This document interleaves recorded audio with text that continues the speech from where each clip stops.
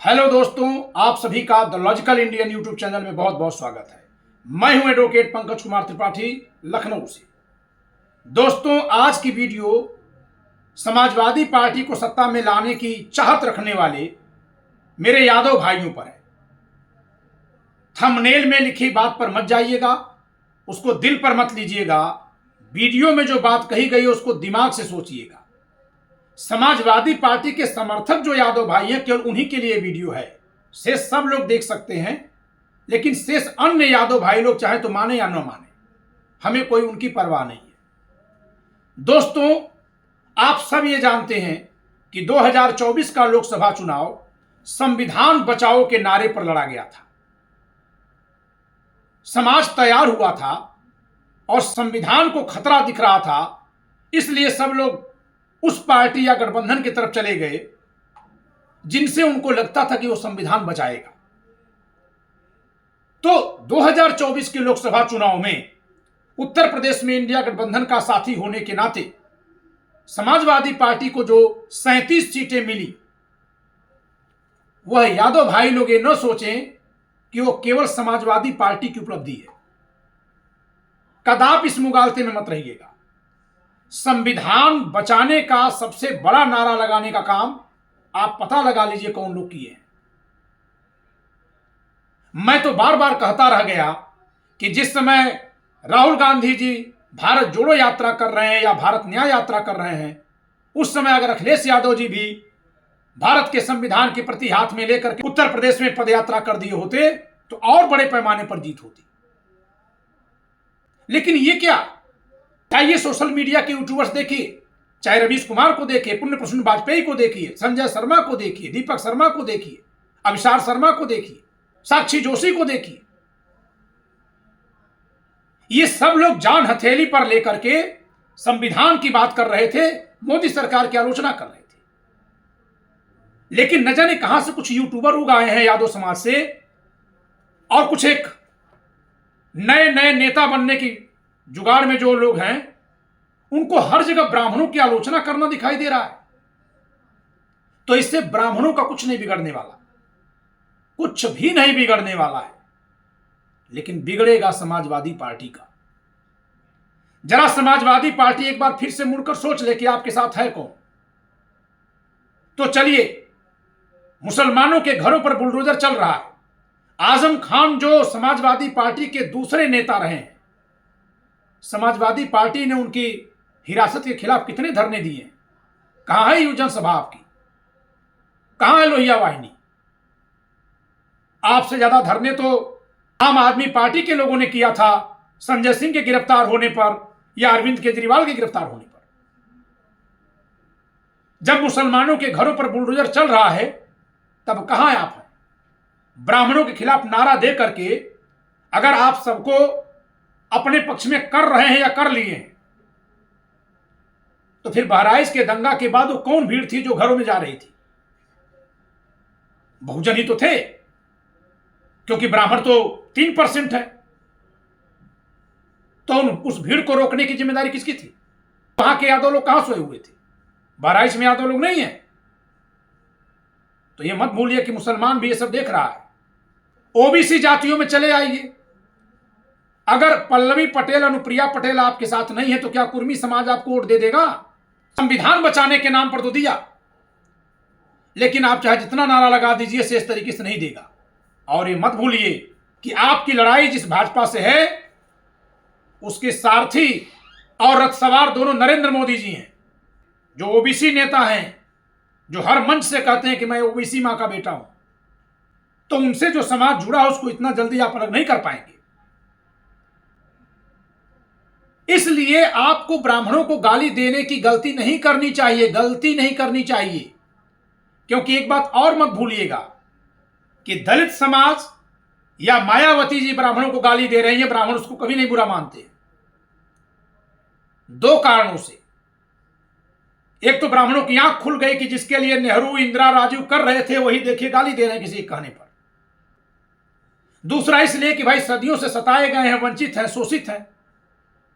सरकार अंग्रेजों की थी, मुगलों की थी, हम भी समाज सुधारक के रूप में काम कर रहे थे।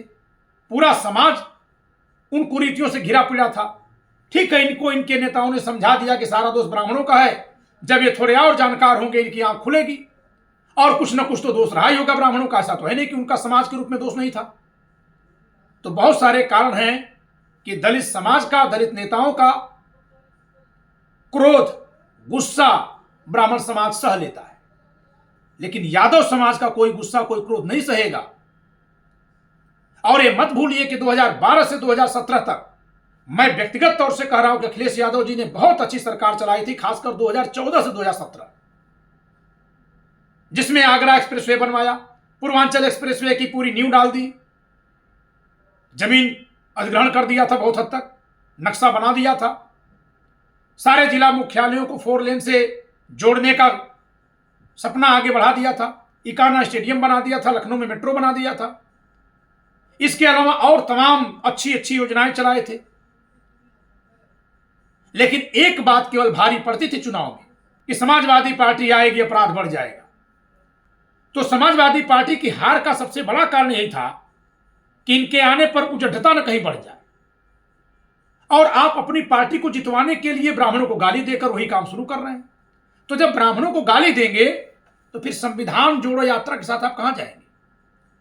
फिर नफरत छोड़ो भारत जोड़ो की मुहिम में तो आप नहीं दिखाई दे पाएंगे, नहीं दिखने दिया जाएगा, आपको नहीं दिखने दिया जाएगा। सवाल होंगे राहुल गांधी से कि आप किसके दम पर इनसे गठबंधन किए हुए हैं।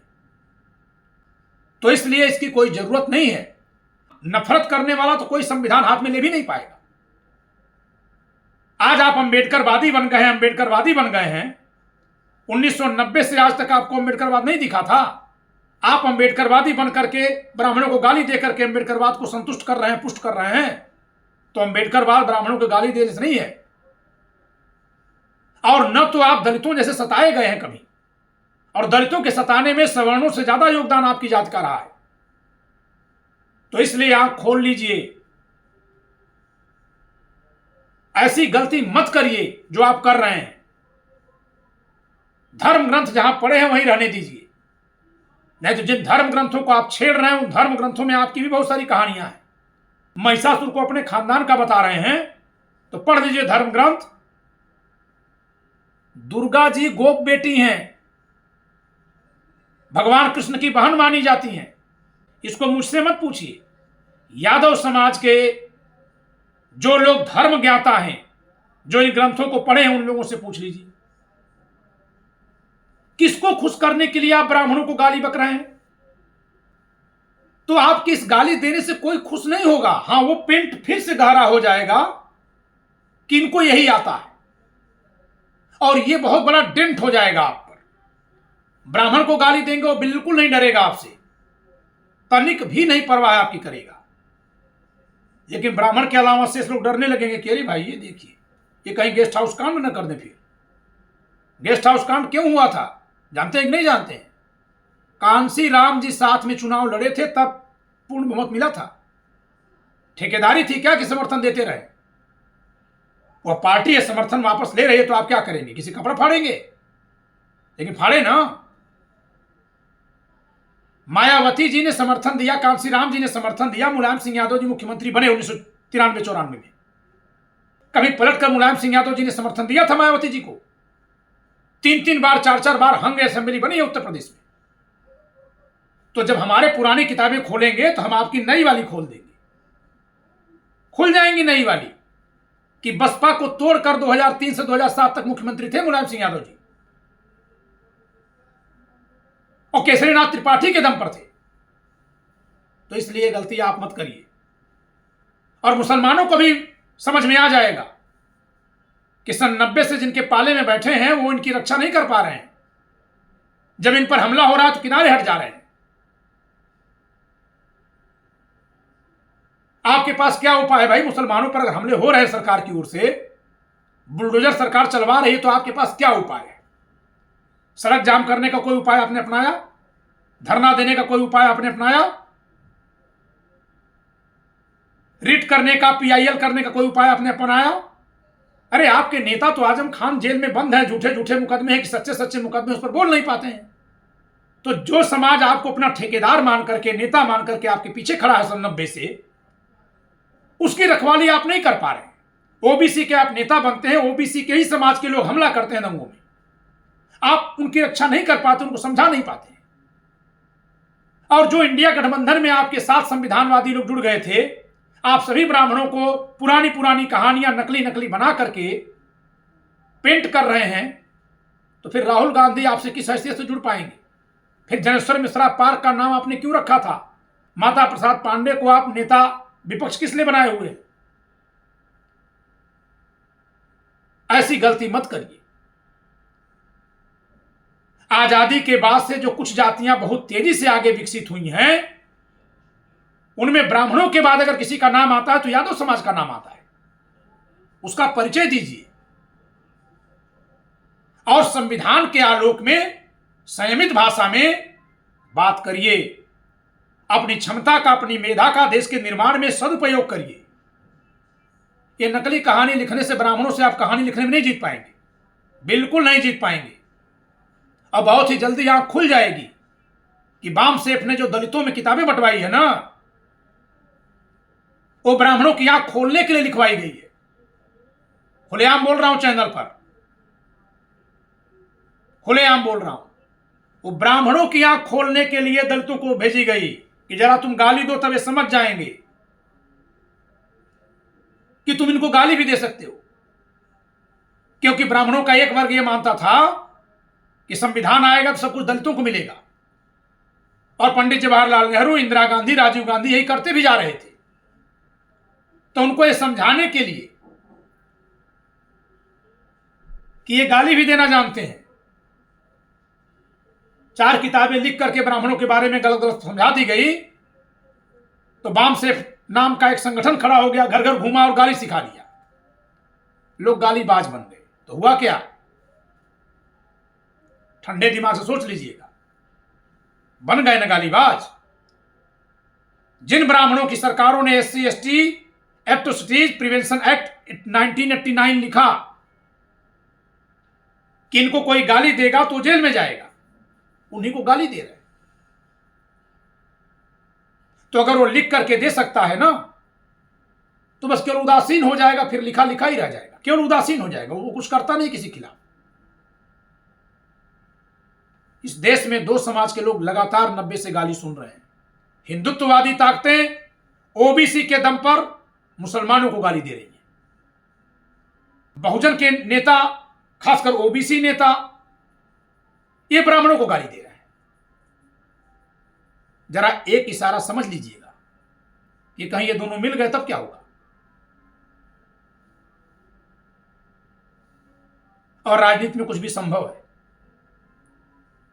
मुलायम सिंह यादव जी 4 बार जो चरखा दाव से मुख्यमंत्री बने हैं, तो चलिए बता दे रहा हूं, पहली बार बीपी सिंह के बनाने पर बने हैं, दूसरी बार चंद्रशेखर जी और कांग्रेस के सहयोग से बने हैं, कांग्रेस, तीसरी बार कांसीराम जी के सहयोग से बने हैं, और चौथी बार केसरीनाथ त्रिपाठी और अटल बिहारी वाजपेयी के समर्थन से बने हैं।